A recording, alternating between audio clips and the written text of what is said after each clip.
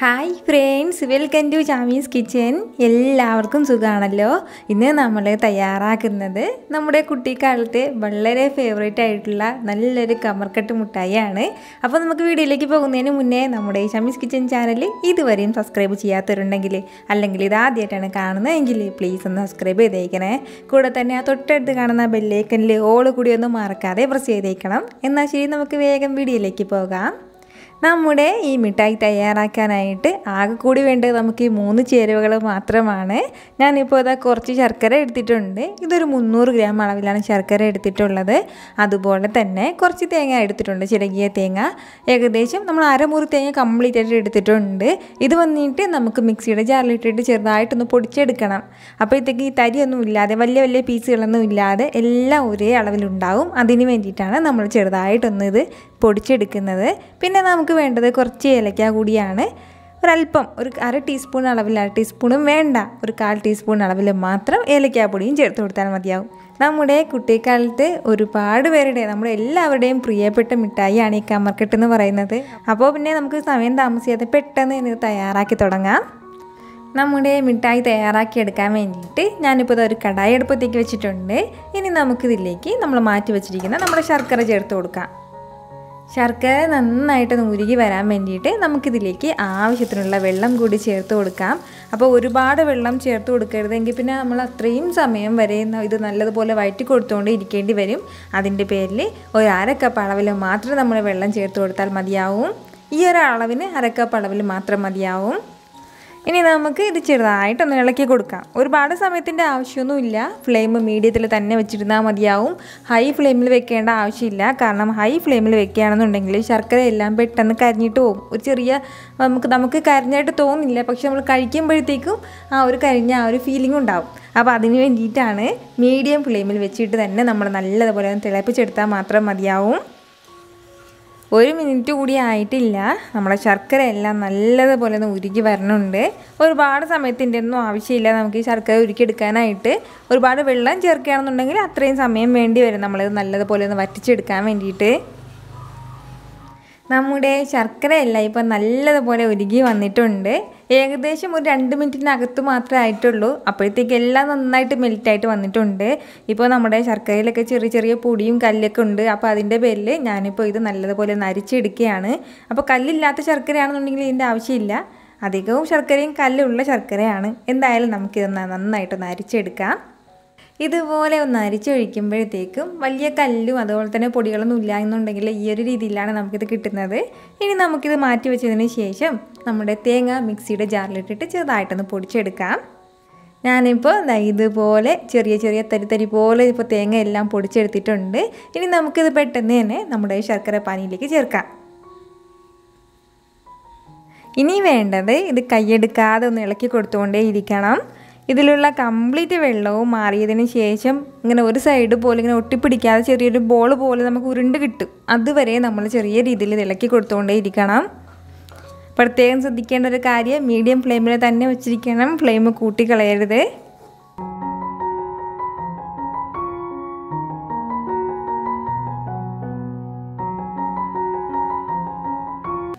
നമ്മൾ ഇതിന് മുന്നേ നമ്മുടെ കുട്ടിക്കാലത്തെ പാൽക്കവ മുട്ടായി അപ്ലോഡ് ചെയ്തിട്ടുണ്ടായിരുന്നു. അപ്പോൾ 2-3 ദിവസം ആയതേ ഉള്ളൂ അപ്ലോഡ് ചെയ്തിട്ട്. ഒരുപാട് പേര് ട്രൈ ചെയ്ത് നോക്കിയിട്ട് വളരെ നല്ല അഭിപ്രായം പറഞ്ഞ ഒരു റെസിപ്പിയാണ്. അപ്പോൾ ഇതുവരെ നിങ്ങൾ കണ്ടിട്ടില്ല എന്നുണ്ടെങ്കിൽ ഉറപ്പായിട്ടും ഒന്ന് കണ്ടു നോക്കണം. പിന്നെ ഇതുവരെ ട്രൈ ചെയ്തിട്ടില്ല എന്നുണ്ടെങ്കിൽ ഒന്ന് ട്രൈ ചെയ്ത് നോക്കണം. വളരെ സിമ്പിളായിട്ട് നമുക്ക് പെട്ടെന്ന് തയ്യാറാക്കി എടുക്കാൻ പറ്റുന്നൊരു മിഠായിയാണ്. പിന്നെ നിങ്ങളുടെ വിലയേറിയ ഫീഡ്ബാക്ക് എല്ലാം ഞാൻ ചെറിയ ചെറിയ സ്ക്രീൻഷോട്ടായിട്ട് എടുത്തിട്ട് നമ്മുടെ ഇൻസ്റ്റാഗ്രാമിൽ പോസ്റ്റ് ചെയ്യുന്നുണ്ട്. നിങ്ങളത് കാണുന്നുണ്ടോ എന്ന് എനിക്കറിയില്ല. അത് ഞാനൊരു സ്റ്റോറി ആയിട്ട് ചെറിയ ചെറിയ പോസ്റ്റൊക്കെ അപ്ലോഡ് ചെയ്യുന്നുണ്ട്. അപ്പോൾ ഇതുവരെ ഇൻസ്റ്റാഗ്രാം ഒന്നും ഫോളോ ചെയ്തിട്ടില്ല എന്നുണ്ടെങ്കിൽ ഉറപ്പായിട്ട് നിങ്ങൾ ഫോളോ ചെയ്തേക്കണം. ഇൻസ്റ്റാഗ്രാമിലും അപ്ലോഡ് ചെയ്യുന്നുണ്ട്, അതുപോലെ തന്നെ ഫേസ്ബുക്ക് സ്റ്റോറിയിലും അപ്ലോഡ് ചെയ്യുന്നുണ്ട് കേട്ടോ.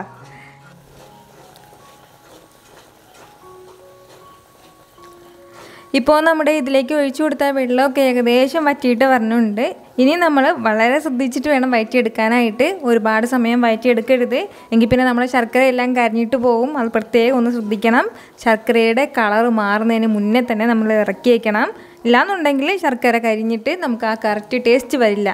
അപ്പോൾ അതൊന്ന് പ്രത്യേകം ശ്രദ്ധിച്ചേക്കണം. നമ്മളിപ്പോൾ ചേർത്തിട്ടുള്ളത് വെള്ള ശർക്കരയാണ്. അപ്പോൾ ആ വെള്ള ശർക്കരയുടെ കളർ തന്നെയാണ് ഇപ്പോഴും ഉള്ളത്.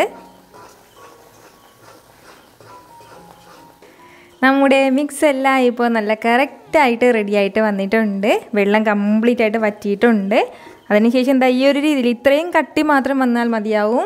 നമ്മുടെ പാത്രത്തിലൊന്നും പിടിക്കാതെ തന്നെ നല്ലതുപോലെ കിട്ടിയിട്ടുണ്ട്. ഇനി നമ്മൾ വീണ്ടും ഇത് വഴറ്റുകയാണെന്നുണ്ടെങ്കിൽ ഇതിൻ്റെ കളറൊക്കെ മാറിയിട്ട് ആ ശർക്കരയുടെ കളറൊക്കെ ഒന്ന് കറുത്തു പോകും.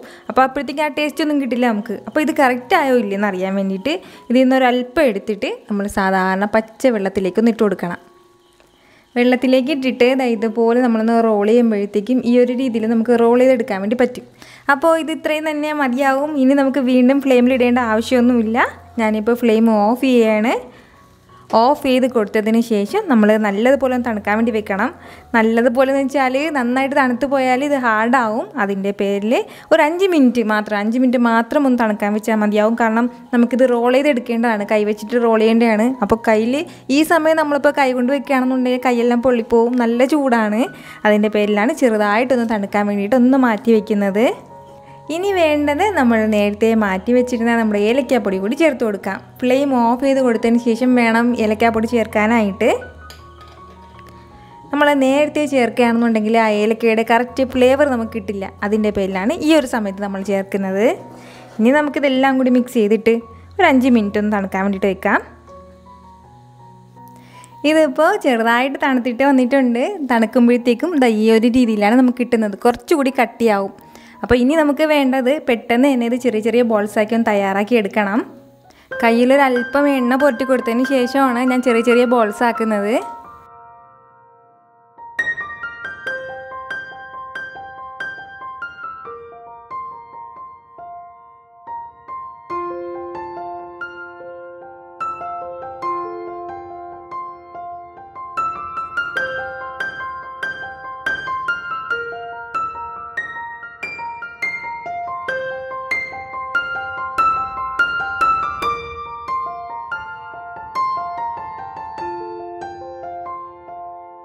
ഞാനിപ്പോൾ ഇതുപോലെ എല്ലാം ചെറിയ ചെറിയ കുട്ടി കുട്ടി ബോൾസാക്കി തയ്യാറാക്കി എടുത്തിട്ടുണ്ട്.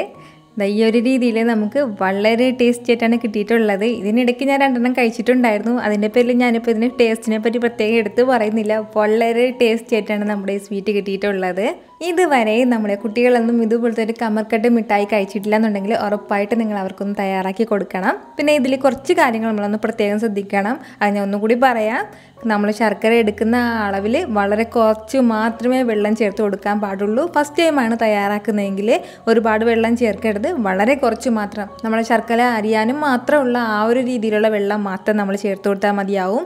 അതിനുശേഷം നമ്മൾ തേങ്ങയൊക്കെ ചേർത്ത് കൊടുത്തിട്ട് ഒരുപാട് സമയത്ത് നമ്മൾ ഇളക്കേണ്ട ആവശ്യമില്ല. നന്നായിട്ട് ഒന്ന് തിളച്ച് വന്നതിന് ശേഷം ഈ കംപ്ലീറ്റ് വെള്ളവും വറ്റിപ്പോകണം. ഒരുപാട് വെള്ളം ചേർക്കുകയാണെന്നുണ്ടെങ്കിലാണ് ഒരുപാട് സമയത്തിൻ്റെ ആവശ്യം.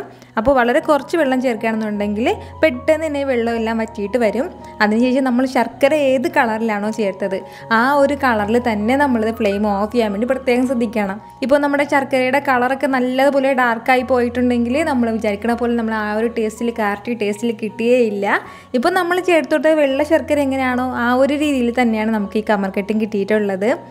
പെട്ടെന്ന് തന്നെ ഇതെല്ലാം ഒന്ന് റോൾ ചെയ്തെടുക്കാനും കൂടി നമ്മളൊന്ന് പ്രത്യേകം ശ്രദ്ധിച്ചേക്കണം. നിങ്ങൾക്കിത് കാണുമ്പോൾ തന്നെ അറിയാമല്ലോ ഇതെന്ത് മാത്രം ടേസ്റ്റി ആയിട്ടുള്ള ഒരു സ്വീറ്റ് മിഠായി ആണെന്ന്. ഇതിപ്പോൾ നമ്മളിപ്പോൾ കട്ട് ചെയ്ത് നോക്കുകയാണെന്നുണ്ടെങ്കിൽ ഇതിപ്പോൾ ഏകദേശം തണുത്തിട്ടുണ്ട്. ഇതിലിപ്പോൾ ചെറിയൊരു ചൂട് മാത്രമേ ഉള്ളൂ. ഇതിപ്പോൾ എനിക്ക് കൈ വെച്ചിട്ട് ഇത് ചെറുതായിട്ട് ഇതുപോലെ ഒന്ന് കട്ട് ചെയ്തെടുക്കാൻ പറ്റുന്ന രീതിയിലാണ് ഉള്ളത്. കണ്ട, ഞാൻ ഇതിപ്പോൾ ഇതിൻ്റെ ടേസ്റ്റ് എങ്ങനെയാണെന്ന് ഞാൻ പറഞ്ഞ് അറിയിക്കുന്നില്ല. ഇതുവരെ ഇതേപോലെ ഒരു ശർക്കര മിഠായി കഴിച്ചിട്ടില്ല എന്നുണ്ടെങ്കിൽ നിങ്ങളിതൊന്ന് തയ്യാറാക്കി നോക്കണം. നിങ്ങൾക്ക് എല്ലാവർക്കും വളരെ അധികം ഇഷ്ടമാവും. അപ്പോൾ പ്രത്യേകം ശ്രദ്ധിക്കേണ്ട കാര്യങ്ങളൊക്കെ ഞാൻ എടുത്ത് പറഞ്ഞിട്ടുണ്ട്. നിങ്ങൾ എല്ലാവരും ഇതൊന്ന് തയ്യാറാക്കി നോക്കിയതിന് ശേഷം നിങ്ങളുടെ ഫീഡ്ബാക്ക് എനിക്ക് കമൻസ് ആയിട്ടോ മെയിലായിട്ടോ ഇൻസ്റ്റയിൽ മെസ്സേജ് ആയിട്ടോ ഒക്കെ അയച്ചേക്കണം. ഞാൻ പറഞ്ഞല്ലോ നമ്മുടെ ഈ കമൻസ് എല്ലാം ഞാനിപ്പോൾ ഇൻസ്റ്റയിലും ഫേസ്ബുക്കിലൊക്കെ സ്റ്റോറി ആയിട്ട് അപ്ലോഡ് ചെയ്യുന്നുണ്ട്. അപ്പോൾ അവിടെ ഇതുവരെ ഫോളോ ചെയ്യാത്തവരുണ്ടെങ്കിൽ ഉറപ്പായിട്ടൊന്ന് ഫോളോ ചെയ്തേക്കണം. ഈ വീഡിയോ നിങ്ങൾക്ക് ഇഷ്ടമായിട്ടുണ്ടെന്നാണ് എൻ്റെ വിശ്വാസം. ഇഷ്ടമായാൽ ഇതൊന്ന് ലൈക്ക് ചെയ്തേക്കണം.